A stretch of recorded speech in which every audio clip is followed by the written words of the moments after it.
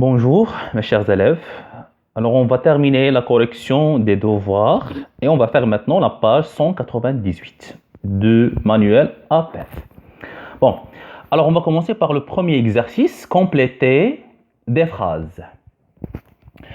Alors on mesure la résistance électrique d'un conducteur à l'aide de quoi? D'un ohmmètre. D'un ohmmètre. D'accord? L'unité de la résistance électrique est quoi? L'unité de la résistance électrique est ohm. D'accord? De symbole, comment? Alors on symbolise par la lettre qui est appelée oméga. C'est la lettre oméga. Alors donc ça c'est le symbole. Ohm. Les anneaux colorés portés sur les résistances électroniques permettent de déterminer la valeur de quoi? La valeur de la résistance. D'accord?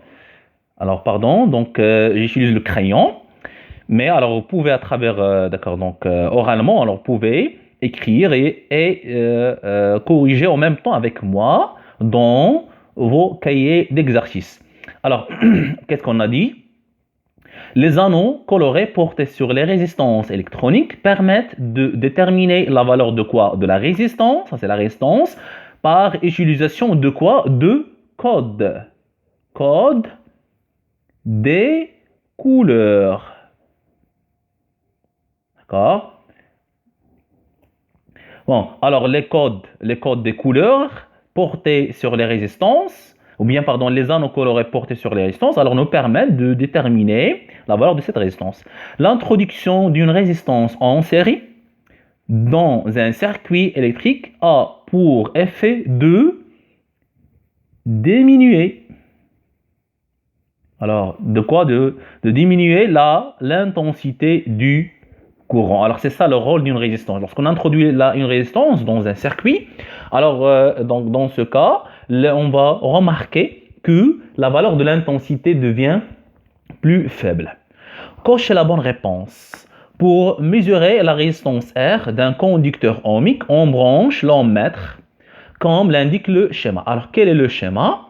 Bon, qu'est-ce qu'on a dit la dernière fois dans la séance précédente? C'est que pour mesurer la valeur de la résistance électrique, on doit l'isoler. C'est-à-dire on doit l'utiliser toute seule, brancher toute seule avec l'ampèremètre.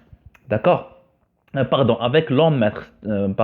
Avec l'ohmmètre. Alors c'est ça. Alors donc la bonne réponse c'est cette réponse. D'accord? Donc ici vous avez l'ohmmètre est branché en dérivation. D'accord? Alors on ne veut pas, donc l'appareil qui doit être branché en dérivation, c'est le voltmètre. D'accord?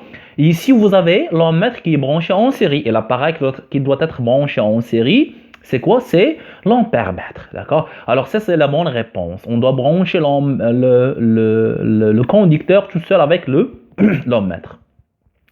Alors, conversion. Choisir la bonne réponse et corriger les conversions inexactes. D'accord? Alors, vous avez dans le cours, vous avez le tableau de conversion. Alors, donc, je vais refaire avec vous le tableau rapidement.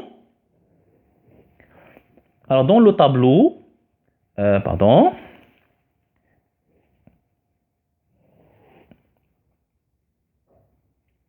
Alors ici, on a méga ohm. D'accord? Alors méga ohm, c'est M méga ohm. D'accord? Et vous avez deux carreaux vides, bien deux cases vides. Ensuite, vous avez le kilo ohm. K oméga. Ensuite, vous avez aussi deux carreaux vides. Et finalement, vous avez ohm. C'est oméga. D'accord? Alors, prenons un exemple. Alors, vous avez, je vais faire juste avec vous avec deux exemples. Alors, vous avez 4,5 kΩ. Est-ce que vraiment ça donne 0,0045 ohms. On va vérifier. On va écrire 4,5 kilo-ohms. Alors, 4,5 quoi? 4,5 kilo-ohms. C'est ça? Ça donne combien en ohms? Tout simplement, alors on va faire, pour avoir l'ohm, on va ajouter des zéros. D'accord? Alors, ça donne 4,5 kilo-ohms. Ça donne combien en ohms? D'accord? Alors, ça donne 4500 ohms. Alors, c'est ça la bonne réponse. C'est pas ça. D'accord? Alors, ça, c'est faux. Alors, donc, maintenant, on a corrigé. Alors, je passe.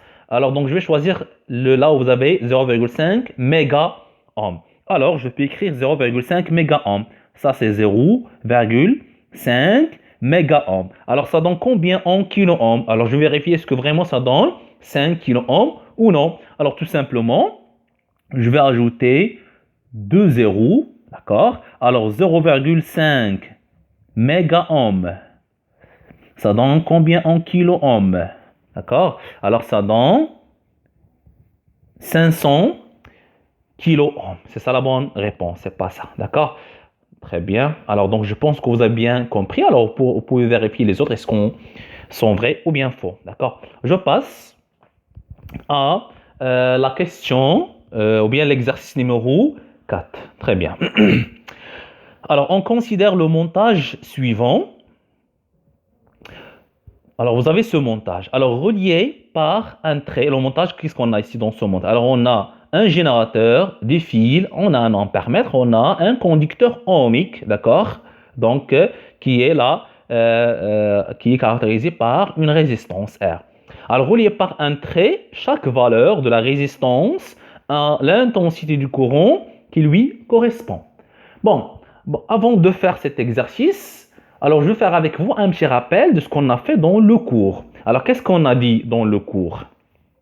On a dit que le rôle de la résistance électrique, c'est quoi? C'est, d'accord, la résistance, elle diminue l'intensité du courant. D'accord? Affaiblir le courant en diminuant son intensité. C'est ça le rôle. D'accord? Le rôle le plus important. Très bien.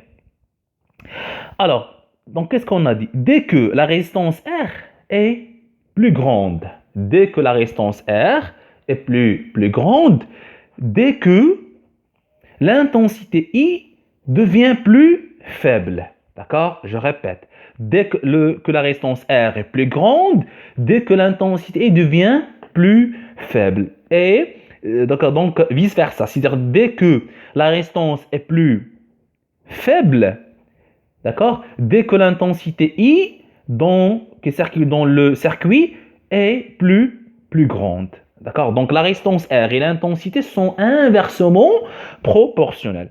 C'est-à-dire, alors donc pour bien répondre à cet exercice, on doit commencer d'abord par la valeur de la résistance la plus grande. Alors, donc cette valeur correspond à quelle valeur? Elle correspond à la valeur de l'intensité la plus faible, la plus petite. Bon, alors vous avez ici la valeur la plus grande, c'est quoi? C'est 12 kΩ. Correspond à quelle valeur? Alors, quelle est la plus petite valeur ici? C'est 0,5 mA. Alors, 12 kΩ correspond à 0,5 mA. D'accord? Alors, l'autre, c'est 1 kΩ. D'accord?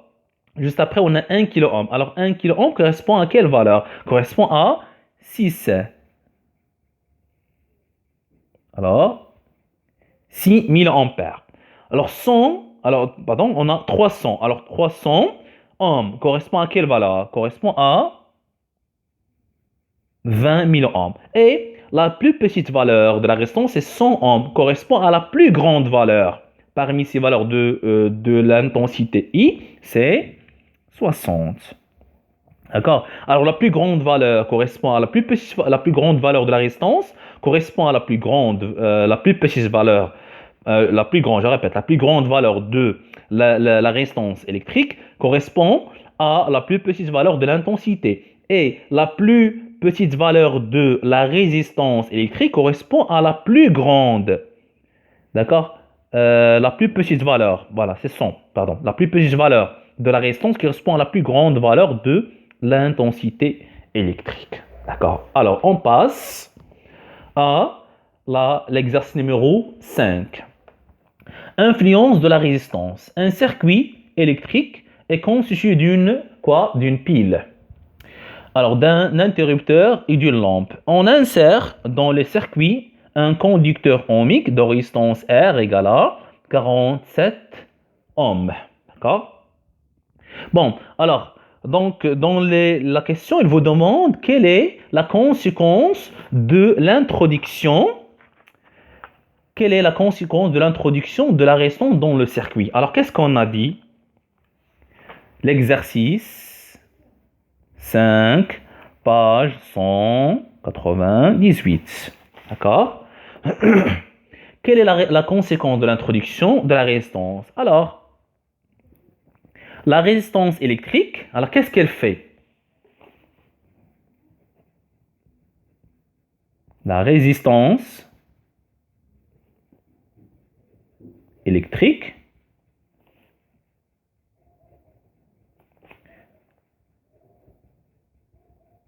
alors la résistance électrique, qu'est-ce qu'elle fait? Diminue la valeur de l'intensité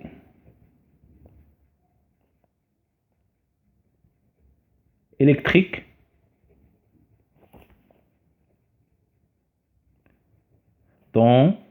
qui circule dans le circuit.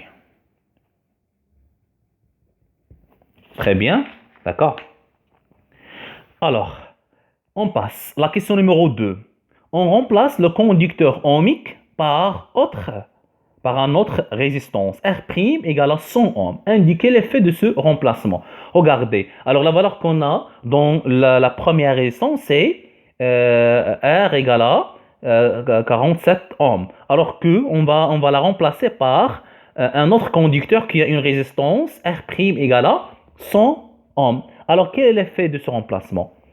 Alors, donc, qu'est-ce qu'on a dit? Dès qu'on remplace ou bien dès qu'on insère dans le circuit une résistance de plus grande valeur, alors l'intensité devient plus faible. Alors, qu'est-ce qu'on va dire? On va dire que alors l'intensité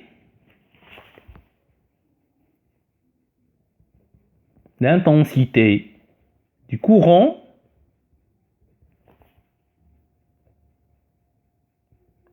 devient plus faible par rapport, ça c'est par rapport au premier cas. Ça veut dire quoi le premier cas? Par rapport à la première question, par rapport à la première résistance qu'on a utilisée. Très bien. Alors on passe à l'exercice numéro 6. Mesurer ou bien mesure d'une résistance. Alors on mesure la résistance d'un conducteur ohmique. Quelle est la valeur de la résistance mesurée? D'accord? Alors, si vous vous rappelez bien, l'animation qu'on a fait dans la séance précédente, dans le cours, d'accord? Alors, on a dit que, alors vous avez ici, alors ça c'est l'ohmmètre, un ohmmètre électronique, d'accord? Alors ici vous avez ici 329. Alors ça signifie quoi? Ça signifie 0,329, d'accord? Et je dois faire attention au niveau de quoi? Au niveau de l'ohmmètre. Alors qu'est-ce que vous avez ici? Au niveau de calibre, pardon. Alors qu'est-ce que vous avez ici? Ici vous avez 2 kilo-ohms. Ça veut dire que la valeur affichée par cet ohmmètre, c'est quoi? C'est 0,329 kilo-ohms. Alors, la valeur de cette résistance.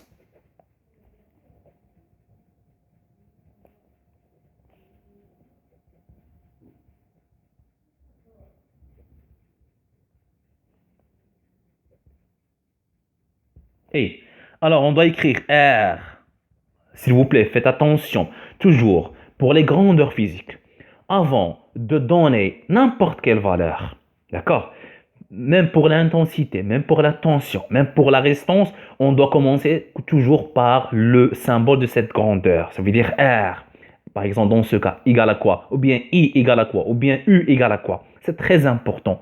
Pour la physique, alors la physique, sans grandeur physique, sans unité, alors donc c'est mal vu par plusieurs enseignants de façon que les élèves lorsqu'on demande par exemple à des élèves de donner la valeur d'une grandeur physique, elle écrit par exemple directement par exemple la valeur c'est 0,329. Alors, donc, lorsqu'on écrit 0,329, alors ça signifie rien. Alors, donc, ça, on parle de quelle valeur? D'accord? Au moins, on parle de quelle grandeur, pardon. Au moins, on doit ajouter l'unité. C'est très important, l'unité. D'accord? Bon, très bien. Alors, donc, R égale à quoi? R égale à 0, puisque vous avez ici point. Ça signifie qu'on a 0. 0,329. Quoi? Alors, l'unité maintenant. Alors, j'ai dit qu'on a kilo-ohm. Alors, même vous avez 20, 200 ou bien 2, l'essentiel, vous avez kilo-ohm. Alors, kilo-ohm. Très bien. Alors, je peux la convertir. Si vous voulez, alors vous voulez, on peut la convertir en ohm. Alors, en utilisant le tableau suivant qu'on a fait. Alors, 0,329 kilo-ohm. Alors, donc, ça donne combien en ohm? Alors, je peux déplacer à droite la virgule. Alors, ça donne 329. Alors, ça donne 329 ohms. D'accord? Même, donc, si vous avez fait tout simplement 0,329 kilo-ohm, alors c'est juste. D'accord? Alors, donc, ça, c'est pour mieux comprendre la conversion. Très bien. Alors, on passe à l'exercice numéro 7. Et d'après la correction que j'ai fait à propos des devoirs que vous m'avez envoyés la dernière fois, alors j'ai constaté que la plupart de vous n'a pas bien travaillé cet exercice, l'exercice numéro 7. Tout simplement car vous n'avez pas bien placé les résistances dans le bon sens. Alors, qu'est-ce qu'on a dit dans le cours? Alors, on a dit que dans le cours, si vous avez... Alors, ça, c'est un exemple, d'accord? Un exemple à part. Alors, on a une résistance. Très bien. Alors, toujours, on doit placer les couleurs. Alors, donc, qu'est-ce qu'on a dans le réseau? On a des anneaux colorés. Alors, la plupart du fois, on trouve 4 anneaux. On trouve 3 anneaux qui sont proches et le 4e anneau qui est plus loin. D'accord? Alors, toujours, on doit placer les 4 anneaux, les 3 anneaux, pardon, colorés qui sont proches à gauche de cette façon. Et ça, c'est la 4e couleur ou bien le 4e anneau, on doit la placer à droite. Alors, vous avez ici les 3 couleurs qui sont proches, vous avez ici, sont placées à droite. D'accord? Alors, qu'est-ce que vous allez faire? Tout d'abord, vous allez refaire le schéma en plaçant ces résistances dans le bon sens. C'est-à-dire, donc, ces 3 couleurs qui sont proches, on doit le placer à gauche de cette façon. D'accord? Pour bien déterminer la valeur de cette résistance. D'accord? Très bien. Alors, qu'est-ce qu'on a dit? Ça, c'est le chiffre numéro 1. D'accord? Chiffre 1. Ça, c'est quoi? Ça, c'est le chiffre. Je vais écrire juste de cette façon. Chiffre 2. Ça, c'est quoi? D'accord? Ça, c'est le 3e anneau. Ça, c'est pour quelle raison? Pour déterminer le nombre de quoi? De zéros qu'on va ajouter. C'est-à-dire combien de zéros.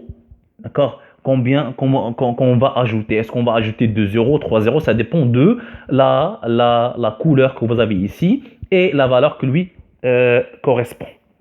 Très bien.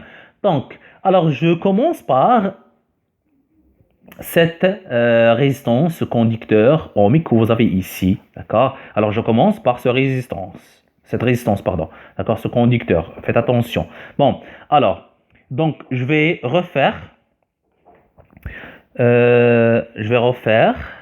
Ça, c'est résistance. Je vais écrire ici résistance numéro 1.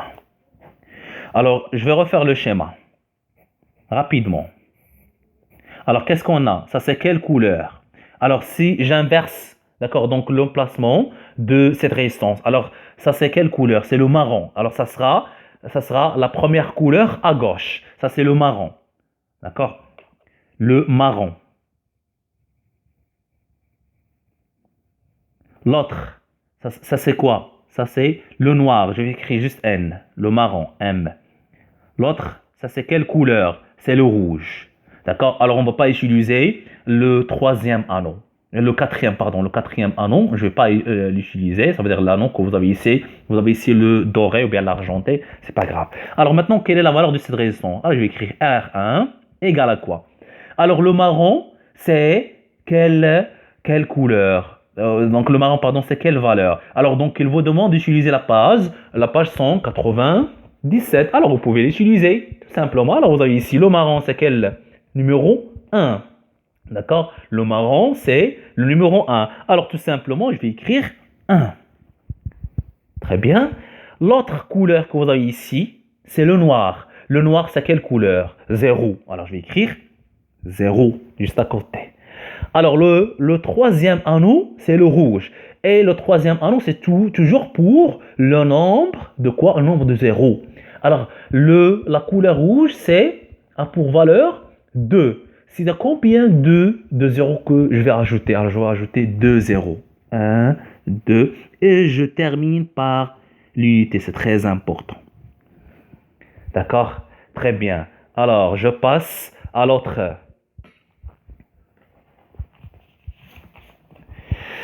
Alors, le deuxième, voilà, que je vais dessiner ici. Rapidement. D'accord? Alors, 3 couleurs. Alors, quelle est la première? Alors, c'est l'orange. Orange. Le deuxième, c'est toujours l'orange.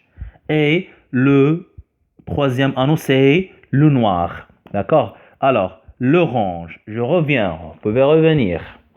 Mais, alors je vous ai dit la dernière fois qu'il faut apprendre ce tableau par cœur. D'accord? Bon. Alors, donc ici, pour le premier anneau à gauche que vous avez ici, c'est, comme on a dit, c'est l'orange. Alors, l'orange, c'est quelle valeur? C'est 3. Ensuite, vous avez l'orange, c'est 3. D'accord? Alors, à la fin, qu'est-ce qu'on a? On a le noir. Le noir, c'est quelle valeur? C'est 0. Alors, c'est quoi? Est-ce que je vais écrire 0? Non. Qu'est-ce qu'on a dit? L'anneau, le troisième anneau, c'est pour déterminer combien de 0 je vais ajouter. Bon, si vous avez 0, alors je vais ajouter. Alors, je ne vais rien ajouter. D'accord? Et je termine par c'est la résistance R2. Par l'unité. Résistance R2.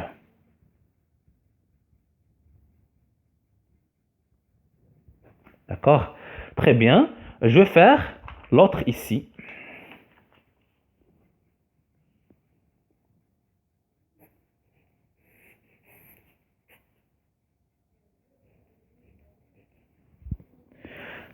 Alors, c'est la résistance 3.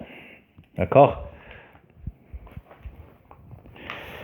Alors, quelle est la couleur que vous avez ici? D'accord? Donc, c'est quelle couleur? C'est le jaune. J. Ensuite, vous avez le violet. V. Alors, je vais écrire VI. D'accord? C'est pas le vert. Violet. Alors, je vais écrire VI pour distinguer entre le vert et le violet. Et le troisième anneau, vous avez le rouge. Très bien. Alors, la valeur de la résistance R3. Alors, vous pouvez utiliser le tableau toujours. Bon, alors, donc vous avez ici le jaune, c'est quelle valeur? C'est 4. D'accord? Vous avez ici le violet, c'est quelle valeur? C'est 7. Très bien. Et le troisième anneau, vous avez le rouge. Alors, combien de 0? Je vais ajouter. Alors, le rouge, c'est 2. Je vais ajouter 2 0. Voilà. D'accord. Alors, sincèrement, vous aurez ce genre d'exercice dans le prochain contrôle, Inch'Allah. Faites attention. Alors, maintenant, l'exercice numéro 8. Alors, on considère le circuit électrique ci-dessous. Alors, reprendre le schéma et introduire un ampèremètre pour mesurer l'intensité du courant qui traverse la lampe Où peut-on placer un résistor pour protéger la lampe? Alors, je vais commencer par la première question. Alors, reprendre le schéma. On va traduire un ampèremètre pour mesurer l'intensité du courant qui traverse la lampe. Un ampèremètre, tout simplement. Alors, ça, c'est l'exercice numéro 8. Exercice 8. Alors, qu'est-ce qu'on a dans ce schéma? Alors, on a... D'accord? Alors, on a un générateur, d'accord, donc un interrupteur. Alors, je vais placer un ampèremètre. L'ampèremètre doit être branché toujours comment? En série. Et voilà le symbole normalise dans l'ampèremètre. Et le suivant, d'accord? Et je dois pas oublier les bornes de l'ampèremètre. Ça, c'est la borne A, car elle est liée avec la borne positive. Alors, l'autre, tout simplement, ça sera la borne commune. Et voilà, alors on a ici la lampe. Très bien. Alors maintenant, c'est bien. Voilà, c'est ça. Alors, où peut-on placer un résistor, c'est-à-dire une résistance électrique pour protéger la lampe? Alors, pour protéger la lampe, tout simplement, alors je peux placer la